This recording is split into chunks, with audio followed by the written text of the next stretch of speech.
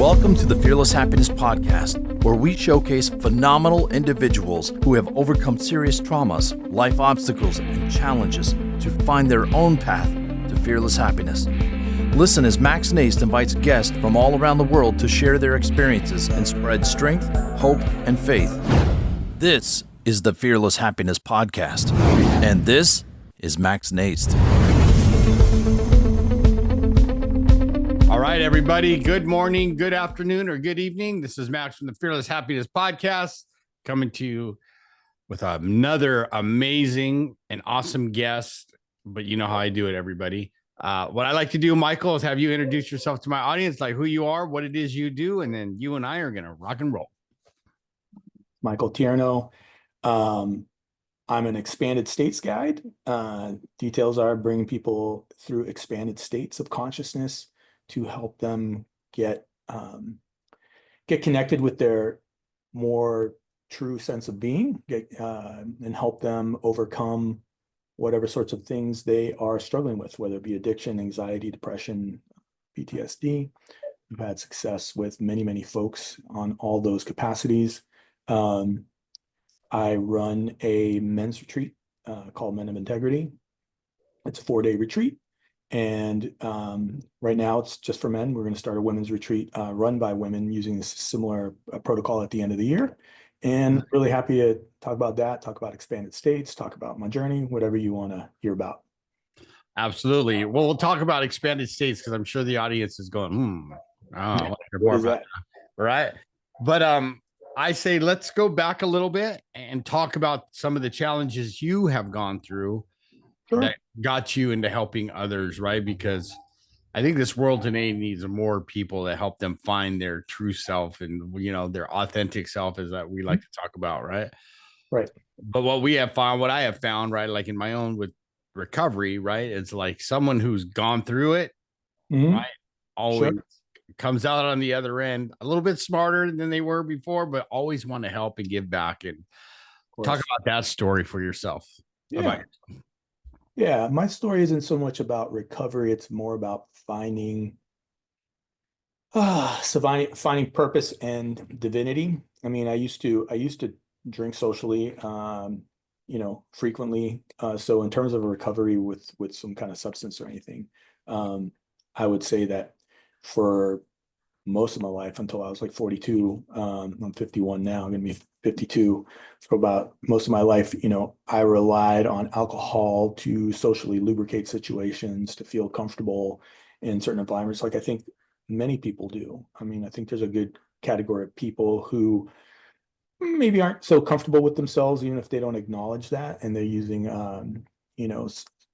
substances to sort of calm the mind, relax the being, so that they don't feel, any sort of unworthiness or whatever that is, whatever is, personal to them that they're trying to, tamp over, cover, heal by self-medicating with certain substances. Right.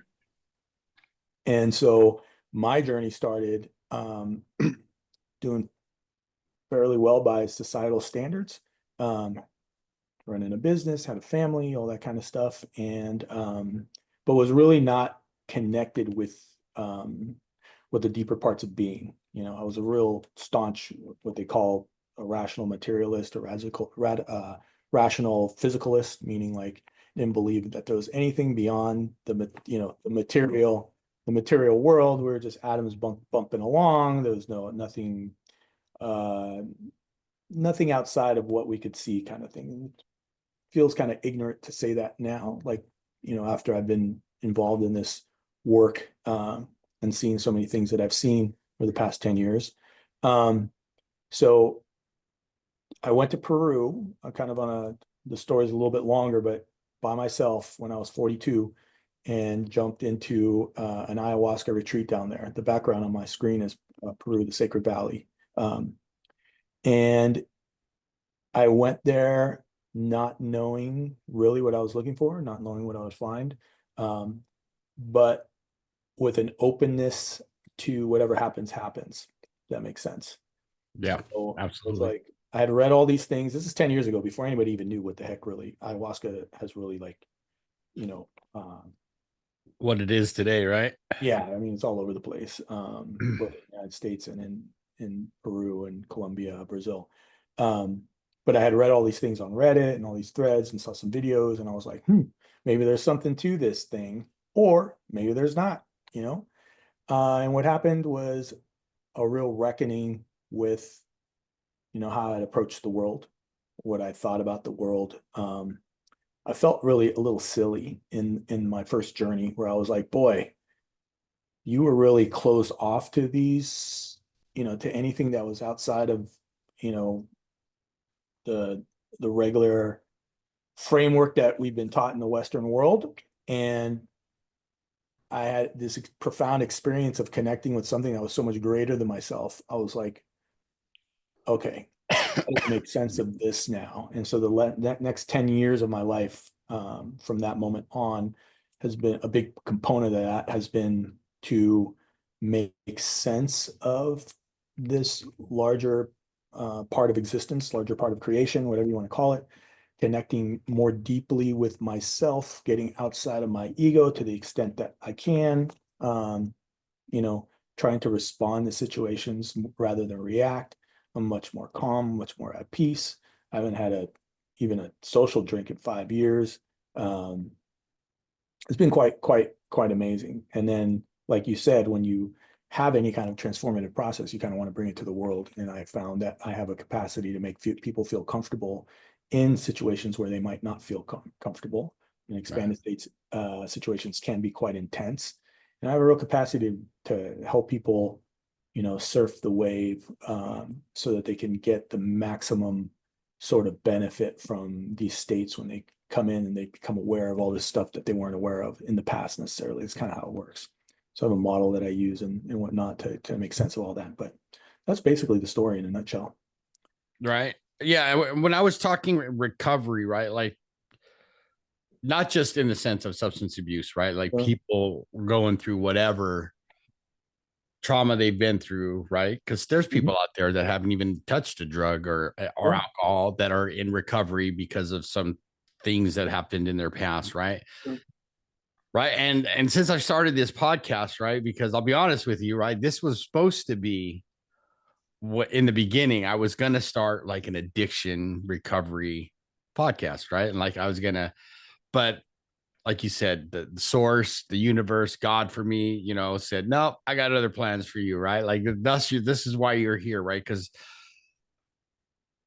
just like addiction, right? There's no one size fits all, and not everybody does like the traditional treatment. You go to treatment, right? You go to meetings and you do some groups and you get some therapy and all's well and you're going to be great, right? Because there's people that I deal with on a daily basis and I don't want to do meetings. I don't like those meetings. I don't want to hear people whine about, or share about, because every time I leave, I want to go get drunk or, Right.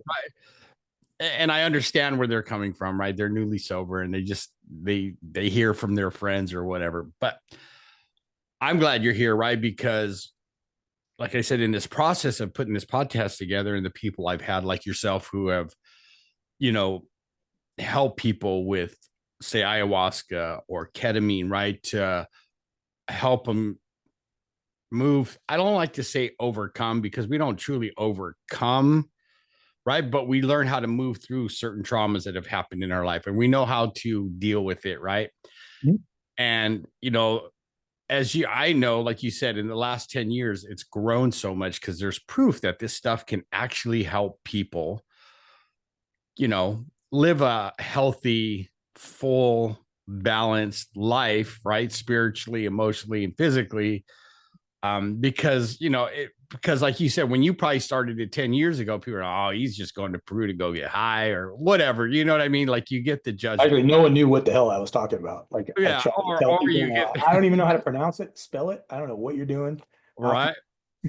Right. So you probably got the mixed emotions, right? Like, oh, I know what he's doing, but oh, what is he doing? Like, we don't even know what that stuff is, right? But so in your experience, right, like you said, like and I have, like, there's a journey that we get to go through, right, that allows us to help people. So when did you know, like, for yourself, like, I want to help people, right, cure their I hate to say cure but overcome their PTSD, their traumas, or to help them just expand their minds, right? Because I don't know, we talked a little bit before the podcast, right? And we know this world today, I'm sure you know some and I know some, their minds need to expand a little bit because they're like, they got the blinders on and it's one way. If it's not their way, it's the highway. And but I love having guests like yourself, right? Because you could share not only your experience because you've gone through it, but now share a little bit about how that journey looks like when you're helping other people. Like, what do they give an example of someone that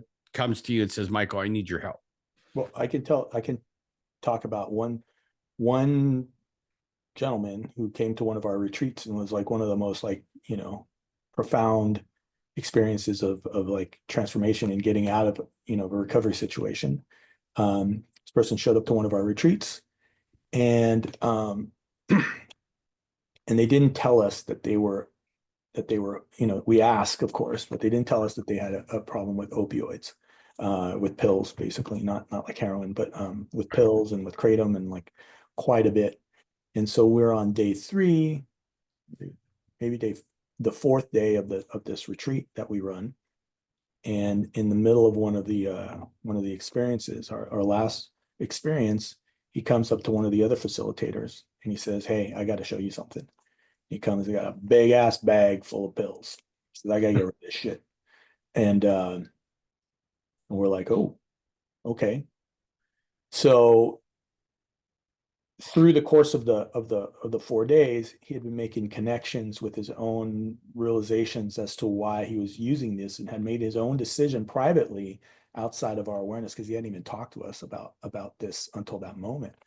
And dumped it in the toilet. I don't know if that's what you're supposed to do with that stuff. We dumped it on the toilet, flushed it, came back, gave him the hurrah, and had to support him going through withdrawals for the next about a week. So he was getting calls not only from the team, but from the other participants. They were calling him and saying, "Hey man, how you feeling?" Like every few hours, and supporting him through that withdrawal period. And he's still part of the group, and he's doing great. And that's happened so many times. That's the example that was like, wow, someone slipped in without telling us what some of the issues were, probably out of pride, probably out of shame, and then found the courage to like just let it go and went through the hellscape of withdrawals for about a week to get through it. And we've seen, I mean, the hard numbers, but 75% of the guys who've gone through our program have given up at least one sort of behavior that they wanted to get rid of. So alcohol, marijuana, porn, gambling, and maybe with another one of those things is withdrawing from their partner, because they just kind of like feel like they don't know how to deal with their partner or whatnot, and they start to withdraw and the relationship starts falling apart. So about 75%, 90% have given up at least one and have kept it, straight up, don't use that product or that substance or that coping mechanism anymore. So I think it's a really high success rate, and it's quite powerful, quite satisfying, and quite makes me feel really good to be in service to help support people to save themselves from the time suck that these sorts of things are. Huge time sucks, as you know. And because right, like you said, like there's times probably where the pride and ego get away and go, yes, I need this, I need to go see Michael, but I'm not going to tell him what I'm doing, right? But I know for me, something like that, for myself would be open and honest, right? Maybe not if I was in the middle of it, because I'll take that back. Let me digress, right? Maybe if I'm in the middle, I'm not going to be the most honest person, right? But I want the help and I'm going to try to get it, right? Because we're now finding out that science is proving like these kinds of like protocols, let's call it, or are helping people overcome addictions, or vets, for instance, who have extreme PTSD, right? it helps them overcome their PTSD and better manage, and be able to sleep at night. You know what I mean? Sure. Instead of waking up with night terrors all night long. And Absolutely. right, because as you and I know, and I'm sure you've dealt with it with your retreats, like you've come across probably, some are worse than others, right? And some of the ones you've seen come through your retreats, you're just like, how have they survived this long, right? Like when you hear their story. But thank God there's people like you out there, helping people that are looking for the non-traditional help from Western medicine. And That's I mean, funny. And that's funny, Max, that you call it the non-traditional, because this is the traditional way, like in the indigenous tribes and in ancient cultures, even in the ancient Greeks, they all had uh, avenues to get into an expanded state that would bring you closer to, something divine to help you, give you the key to the kingdom, so to speak. And so it's new, but it's also very traditional and very ancient. right. I'm glad you said that, because it is true. If you think about it, it's been around for thousands of years, right? Oh, It's yeah. not, I say the non-traditional, right? Like in I know what you Western, meant. you know what I mean? And it's Sure, because sure. we know the traditional is go to the doctor. They're going to say, here, Michael, here's some pills. This will help you. And then we'll see you next month. Right. Which, like, I have grown against, because in my almost 22 years of being sober and working in the addiction field, right? I've seen the biggest creator of addicts are doctors. Yeah. Some on purpose, some not so on purpose, right? But it's just true, because I mean, look at all the different just in on TV when you see the different medications they push for everything, right? And right, and like my approach is mind, body, and spirit, but without that stuff. Like, how can we work? If you can work on those three areas, right, to become a better person, or more whole and more authentic, Sure. you're going to be able to challenge, right, your false beliefs, and you're going to be able to challenge why you use substances, right? Because people know, I mentioned I am a 12 stepper, and that saved my life, right? It totally saved my life, and it's my foundation. But like talking to people like you, I know there's still stuff that I work on that I don't want to go to a doctor and go, you know what, I'm feeling a little depressed, doctor. Oh, here's a bottle of pills, you'll be fine. Right. So I'm so glad you're here, because then now people have another avenue. Right. And it's good that I hear you're going to have a women's retreat. Right. So, because we'll get to that in this podcast, like how can people get a hold of you, and how can they be a part of your retreats? But, talk about like some of them, I guess, not get into detail without giving someone away, but like talk about how those ceremonies work, and Sure. like what the process is in the ceremony, so someone can go, they can make an informed decision. I need to get a hold of Michael or not, Yeah. but you know what I mean? Because I think people right now like me are always, even if 22 years, are like, how could I use this to better myself? You Yeah, know what I mean? absolutely. So I have a lot of different ways that I speak to it, but some of the things that you were saying, I'm going to use this one way, is imagine having two voices in your head. You have your mental head and you have an intuitive head. So you're like your rational mind, that talking chatter that's in your brain all the time. And then Right. you have this like quieter voice that's coming from your heart space, from your like deeper knowing, from closer to you know, your soul level, right? I don't really like to use the word soul necessarily, but closer to something your intuitive voice, right?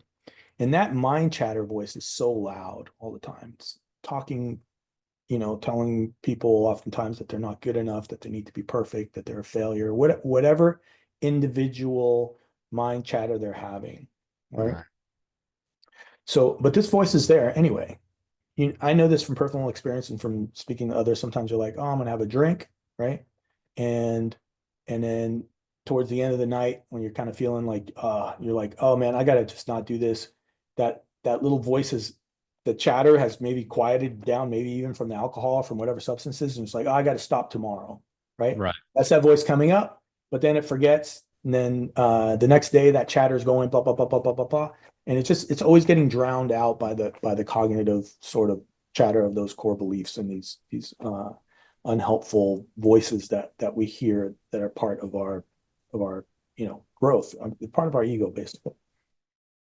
When you do an expanded state with the support of somebody who's there to support you, who knows the terrain and can help you navigate, the sensations in the body, the mental chatter, and move you through any kind of difficult things. What happens is there's a part of your brain called the default mode network. It's not just like a network. It's a whole bunch of different parts of the brain that actually quiet down. And Right. that part of down, those parts are related to the narrative sort of part of your being, that story that we tell ourselves of who we are, all the labels we have in the world. It's so when you're in a state of flow, like if you're really involved in something, that part quiets down. And when you're in expanded states, whether it's breath work, psychedelics, experienced meditators, that part of the brain quiets down. And what is allowed to be heard and to be given voice in a much more profound way, like the volume on that intuitive self that's been telling you not to drink, not to smoke so much weed, not to play so many video games, to maybe go out and be more social, to get a job, to change jobs. That's always kind of nagging you at the end of the night, but that doesn't actually get voiced, doesn't get heard. That whole constellation of structure that's coming from your intuitive self all of a sudden makes so much sense because the mind is quieted down in a big way. And you're like, oh, and you see a path forward that is how you're going to do it, like why it's so important. What is this substance or this behavior serving me for? Is it actually working? What can I do? And you come to these conclusions that are so much more profound and so much become ingrained in you through then the period of neuroplasticity that happens 2 to 4 weeks after, we're actually able to make like real change. And a lot of people who give up substances as a response or change their behavior as a response to one of these sort of situations that we're talking about, these expanded state situations, that many people, whether it's cigarettes, alcohol, they just drop it. They're like, I don't even have a craving for it anymore. Like, I don't need it. It's different from having to go through, kind of a willpower process of stopping. It's like, wow, I realized what I thought this was serving me. That system of sort of palliative care that I'm getting from this substance or this behavior doesn't actually serve what I wanted it to serve. I don't really have a desire for it, and then it's just kind of dropped, like the guy with the opioid pills in the retreat. It's just like stopped. You realize, wow, I was doing this. It's not serving me. So clearly not serving me. It's now relatively easy. Now, in that case, there was some, stress that was due to withdrawals, and so we got support from the group, and that's part of one of the things that's so important for these things is to have integrative support after the fact. But it's a completely different process to be able to really see the reasons why we do maladaptive behaviors or take substances that don't serve us. And I always like to say, like, whatever these behaviors are, they're not bad in and of themselves. Having a beer once in a while is no big deal. It's when they're unintentionally used. So when we're finding ourselves going back to it and they're impacting other parts of life, that's where we get into problems, right? So it's helping us. We can't get up in the morning because we're hungover, or like we're playing so many video games because we're addicted to that dopamine response, that we're like late for work, or not going out into the dating pool if we're like, well, I want a girlfriend, but I'd rather play video games at home because I'm serving that similar sort of dopaminergic response loop that's in our mind. So whatever those things are, we get the clarity in our inner voice that's telling us why we do things and why how our life will be improved should we use this time that we're doing to do these things to do something else of more benefit. It just comes so clearly. But it's so important also, I wanted to say, to not try and do any of these experiences on your own. You really need to find somebody, because it's a very altered experience, and it's not this. You could get yourself into a thought loop, and if you don't have somebody to support you, who knows how to get you through that, it can be very challenging. Wouldn't say dangerous necessarily. You wouldn't want to be in public or traffic or anything like that, but definitely it could be very challenging, intense, And actually, some people, even from breath work, this hyperventilative type breath work that can bring you into an expanded state of consciousness, can have like traumatic experiences from that because they didn't have the support around them to kind of manage the situation and get through it in an appropriate way. So it's very important. I think you're right with anything, right? It's always good to have the support surrounding what you're doing, just even in traditional addiction, treatment, right? Like long term, like aftercare, I think is important, right? Because and it's funny because I see people have come in 30 days, they're like, I'm cured. I'm like, no, you're not. Like you need to continue this, right? Like with anything. Right. Because like you said, I think you said it perfectly, right? That part of our brain, which I'll call the subconscious part, right? Our reticular activating system, right, is wired to see danger, right? Like we don't wake up in the morning happy and go lucky, right? Our brain starts scanning like what's going to hurt me, blah, blah, blah, right? Yeah. Like I had an awesome guest who talked about like 95% of our stuff we do is ruled by that, right? Unconsciously, like we don't even know it. And we have to, the only way to fix that is like repetition and doing like something like an intervention like you're talking about, and then having that integrated care that you continue using that brain and that, right? Instead of just the logic brain, you combine them both, right? Sure. And because I've seen it so many times, right? Like, oh, I got this, right? Like, and that's one of I hate that saying, right? Like, I got this, and then I'll see him a month later. I go, what happened? I thought you had, I thought you had this, right? But like, I think if anything, it takes repetition, right? To build new habits, right? And I think what you do is awesome, right? Because it's like you said, it's been around for thousands of years. It's like a Native American with their sweat lodges, right? Like not anybody should just go build a sweat lodge. You can go sit in there and you know what I mean? Like you have people that know how to do that and guide you through it so that nothing bad happens, of course, right? But it's like with any of these, right? And the proof is in the pudding, because I love what you said, right? Because like it's been around for so long. This is actually the traditional way of healing ourselves and getting ourselves to that more expanded consciousness. Like, because I know like that's becoming an entrepreneur for me is like that was one of the big things that I told myself. Like, it's not just about like building a business, and being successful, but I want to work on all those areas so that I keep growing as a person, right? And I get closer, like what like we talked about. For me, it's God, right? And right, even in the 12 steps, step 11 talks about through prayer and meditation, right? We get closer to our higher power, and I'm paraphrasing, right?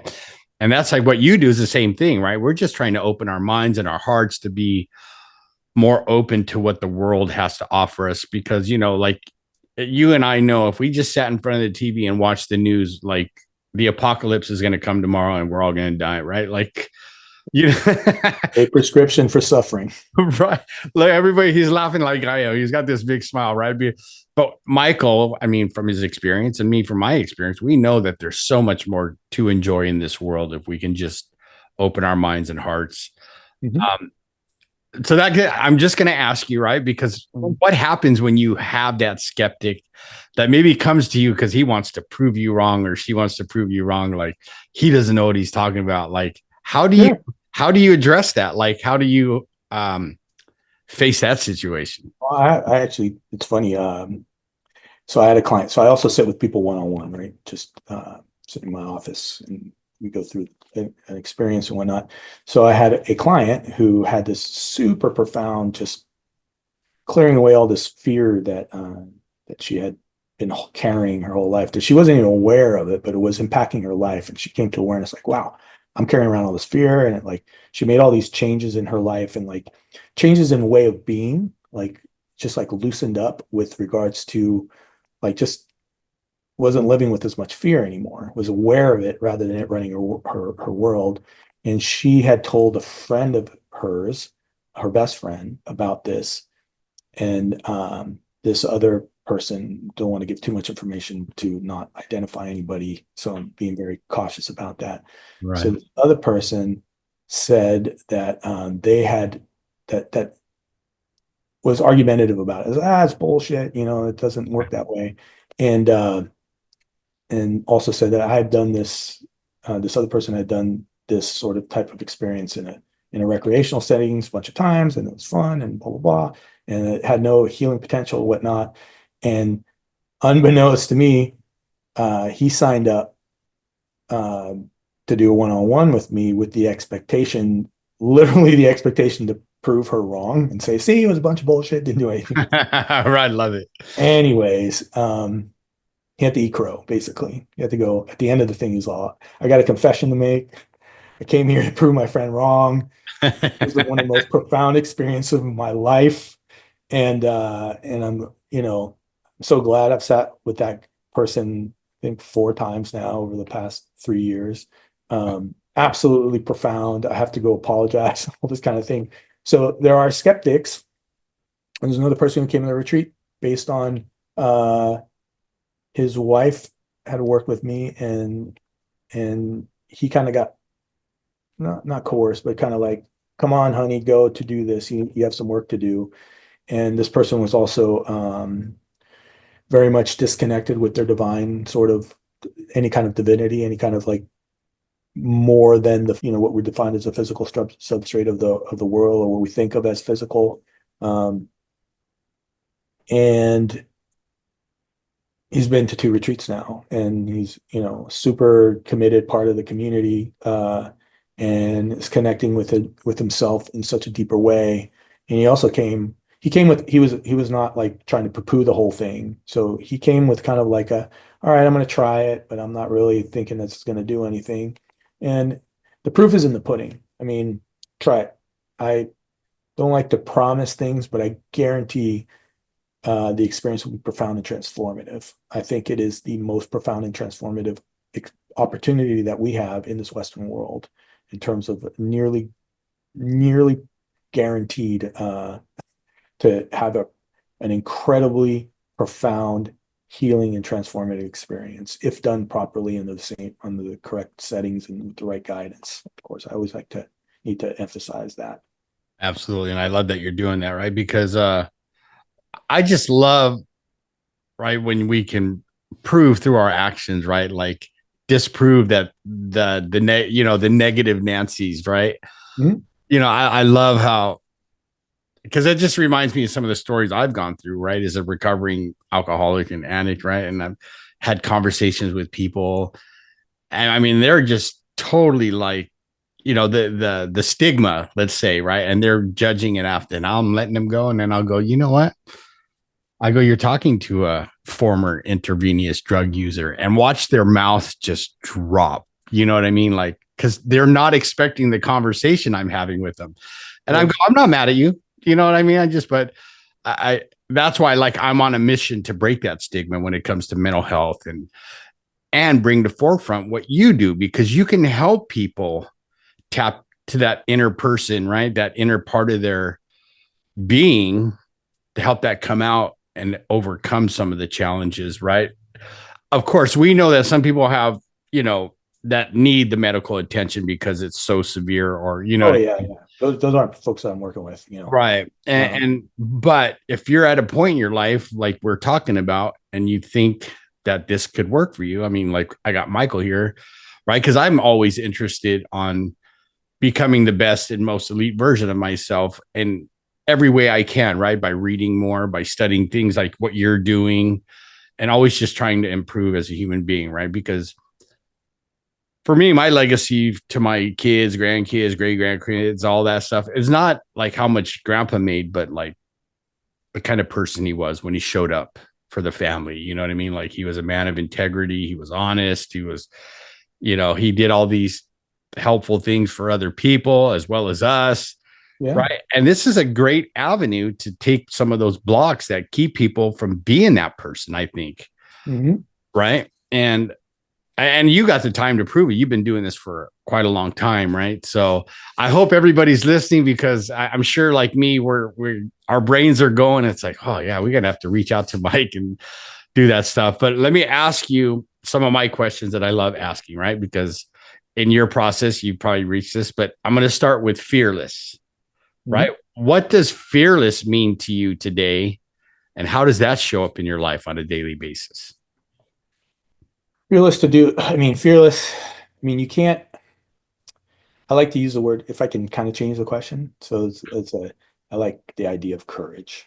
So, You know what? You're not the only guest that I love it when you guys do that, but go ahead. well, fearless is like, in the absence of fear, there's no courage, right? Right. So courage is to do something in spite of fear, right?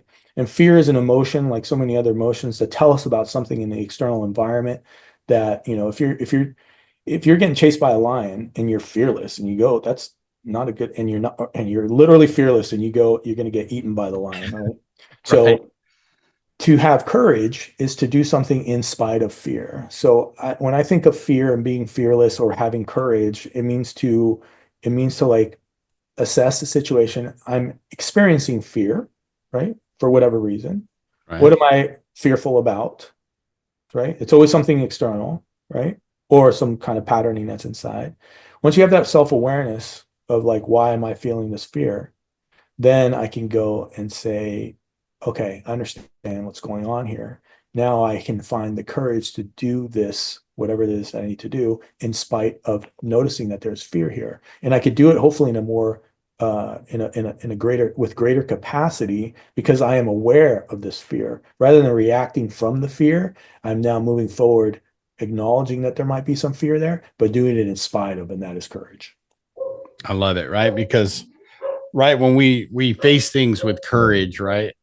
Even though we're, like you said, fear, maybe a little bit fearful or even a lot, and we do it, I think that's where the growth happens, right? Because then we realize, like, wow, I'm stronger than I thought I was. I'm going to try that again, right? And the more repetition we do things, and you and I know there's people that go to the extremes, right? Like there's the David Goggins who like running 150-mile runs, and that to me Yeah.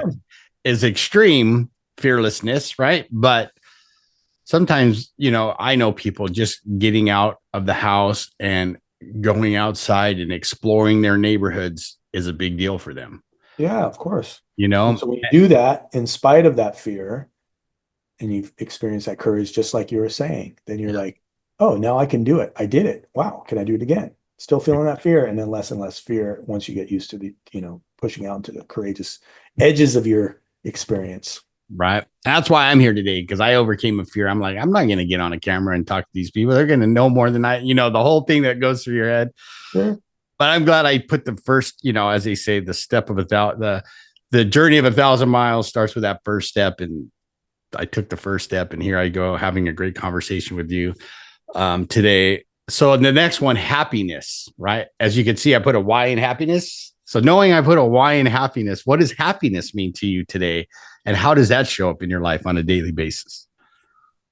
So happiness is another emotion, just like fear, but a positive one. So the fear, sadness, anger, the disparate emotions. Happiness, bliss, are the good emotions of peace.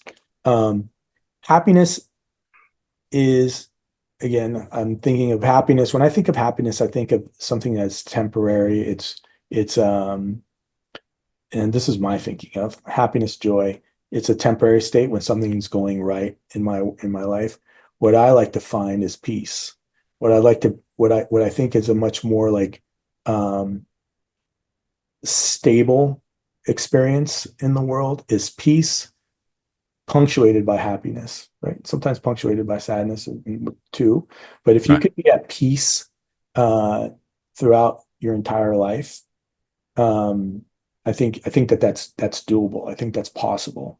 Maybe you could be happy your entire life, but I kind of think happiness, I think, takes up capacity. Like when you're really stoked about something, Right. that that real like, oh, I'm so happy right now.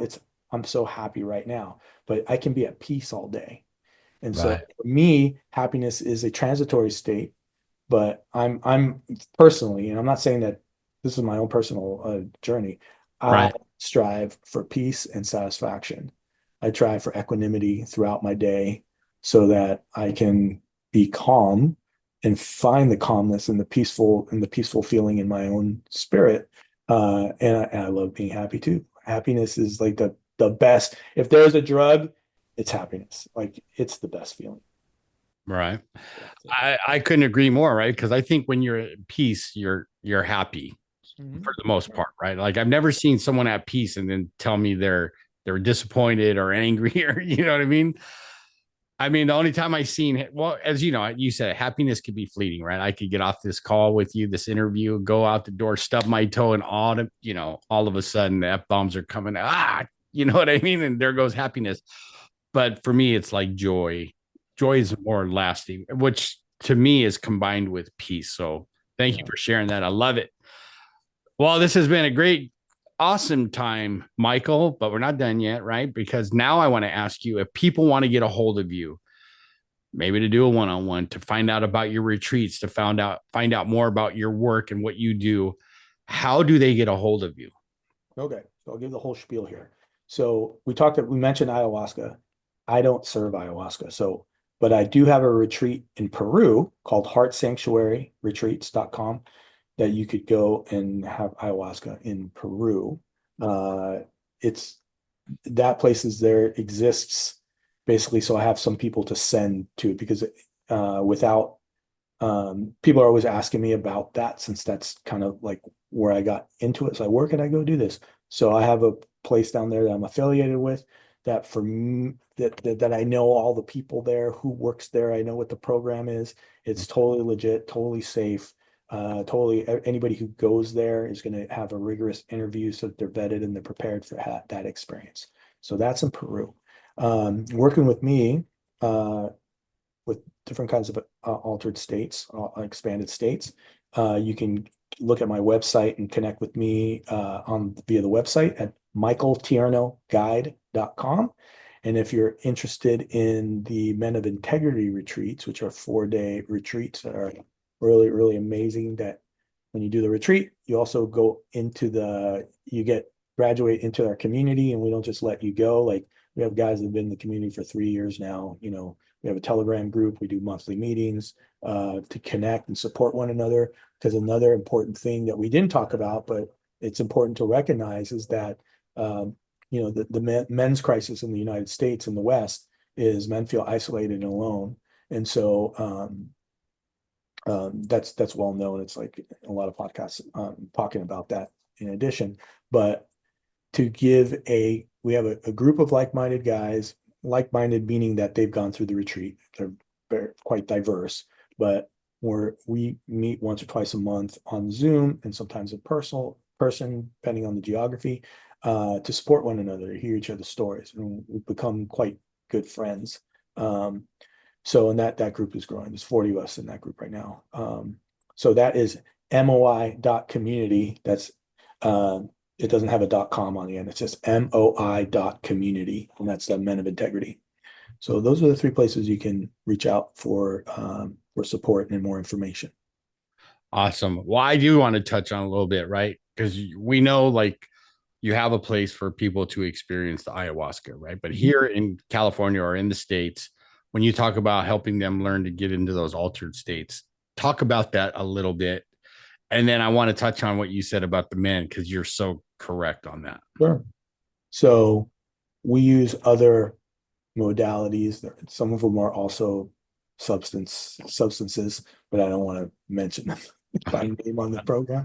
But if you call me and we talk about it and do an interview and give you the whole spiel, exactly everything's with informed consent, and get the deep dive, and everybody has to be vetted to make sure that they're ready and able to have the experience, the 4-day experience or the one-on-one experience. But yeah, so it's a different set of medicines that we use in the United States, and in any case, if people want more details, they should reach out and get the lowdown on what the story is there. It's an action-packed 4 days. Let me tell you, there's not a lot of rest. I love it. We have workshops on relationships. We have workshops on self-talk and something called ikigai, which is it's a Japanese sort of model for finding purpose in your life. Yep, I know that. Just stuff, good food, great company. I love it.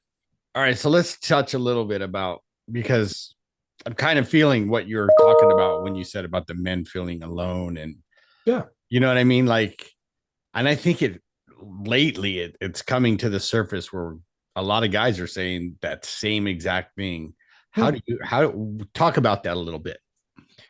Well, I mean, this is well known. I mean, deaths of despair are like the number one killers of men these days, and the reason why the the mortality, the age of mortality, age of death is so much lower from men from women is because guys are dying from overdoses and suicide at a much higher rate than women, and and what are the reasons for that? Is men feel disconnected, unattached, isolated, alone. They feel no one cares. These are generalizations, right? But there's tons of research that this is happening. Uh, and so one of the things that guys, they don't feel that they have earned the right, I think oftentimes, to reach out to a friend, or they don't have that deeper connection of connecting from that deeper level of authentic selves. They might be like, yeah, I go every weekend and watch the games with my friends, but it's just three or four guys watching a game, drinking beers, not really connecting on a deeper level about what's going on with one with the other. And you hear stories about like, oh yeah, I knew that guy. He died. Like, what was he? I didn't know he was having problems, or whatever the situation is. Many men don't feel that they have the space to talk vulnerably about what's going on in their lives. We don't allow, Bill Burr has a joke about it. Um, we allow men to be angry or to be okay, but we don't allow them really to have the full, complete bandwidth of the emotional expression of the feelings and the struggles. So like if you're not that we allow, say, women and children to have. But we're just as complete beings as anyone else. I think also with, the very necessary Me Too movement to show like how women were being kind of, uh, really taken advantage of in many, many, many places in society. It kind of got extrapolated into an anti-man movement to some extent. And now it's, of course, springing back. People are like, oh, well, we went a little too far there. We should all be striving to be the best people we have, and we should all be striving to help others, to help women, and to help other men, and find the ability and go out and not be fearful about being vulnerable to a friend, right? Right. I've noticed through the retreat. So when you come to the retreat, a lot of guys when they show up, they're arms crossed. They don't know. By day 4, Yes. everybody's best friends. I mean, it's just everybody's best friends, and they're like, wow.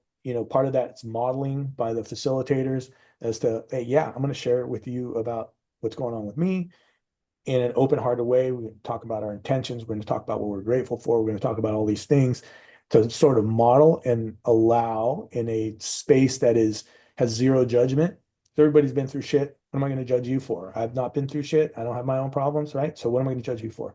So there's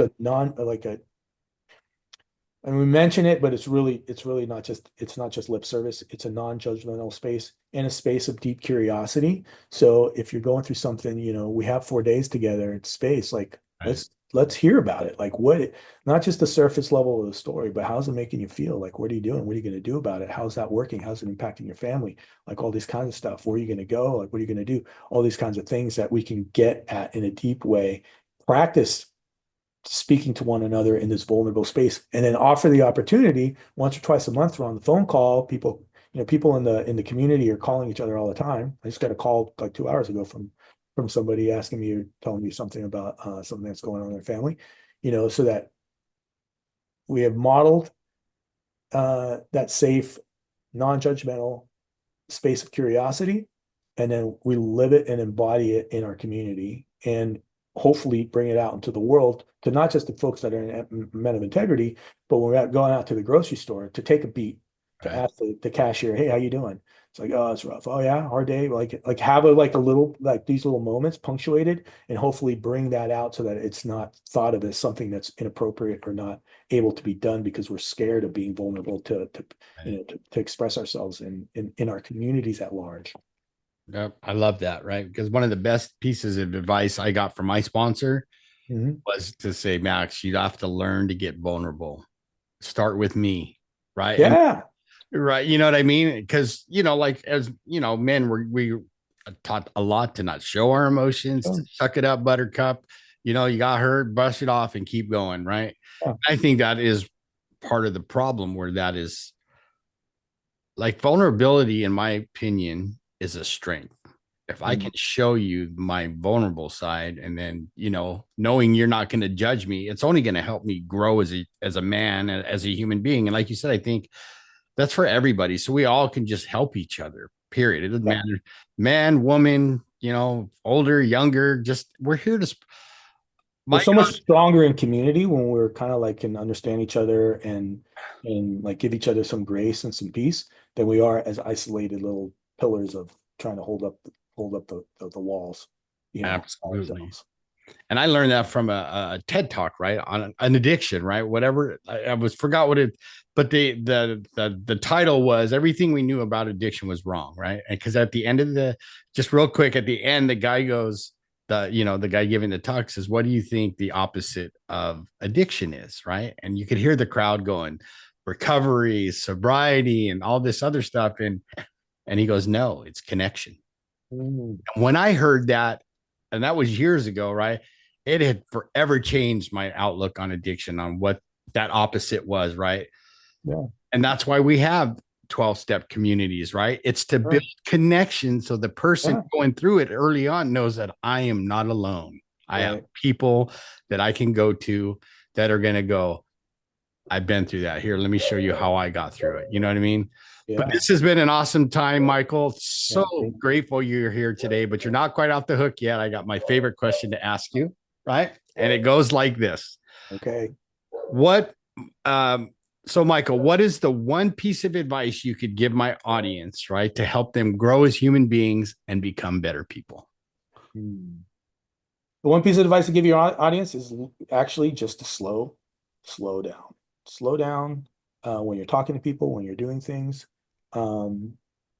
Especially when you're talking to other people, but I can't think of any avenue where slowing down so that you can bring awareness to the situation is not super helpful. So when you're having a conversation with somebody, if you just leave more space, really truly soak up what they're asking you or what they're saying, take a beat or two to digest it, and then respond to exactly what they're saying, rather than be committed to your own narrative and spitting it out. I think slowing down in your life, in your world, when you're doing work, you're going to get more done by doing it a little bit slower and with more awareness and attention than you're going to be rushing through it and making mistakes. And that goes through when we're talking with somebody, for example, and we're speeding through and we're trying to get what we want to say out and we're not listening to them, it causes problems. It's disconnecting, and we can't find the connections one with the other as to like, oh, maybe we do have common ground. If we make an assumption that we're at odds, we can't find that common ground. So I would say the best thing you could do is to slow the F down. I love it, right? Everything is, well, you see it all over everything's got to be done quick. Right. That's why I tell people that are getting sober, just slow down. Right. There's a reason they say that in the meetings. Take it easy. Take it. I didn't know that. Oh yeah. There's some of the sayings in the meeting, right? There's a big, you'll see a sign that says, take it easy, right? Like slow down. Yeah. Right? You'll get there. Right. But like I said, Michael, this has been an amazing time. Thank you so much for being here. Thank you for bringing so much value to myself and to the audience. We've learned a lot today. I appreciate you being here. So you heard him, everybody. If Michael made you think, if Michael taught you something, if he made you smile, and my famous, if Michael made you go, I like that. Please go to iTunes and leave a 5-star review so more people can find the podcast. And again, good morning, good afternoon, or good evening, wherever you are in this world. This is Max from the Fearless Happiness Podcast. Until next time. Are you tired of being weighed down by life's traumas and struggles? Join the Fearless Happiness lifestyle and let us guide you toward a brighter future. Explore our past podcast episodes and get a copy of the Fearless Happiness book to ignite your inner strength. If you or someone you love is battling addiction or facing challenges related to unresolved trauma, know that we are here for you. Visit maxnijst.org, maxnijst.org, and take the first steps toward finding your fearless happiness. Thank you for listening. This has been a production of Fearless Happiness.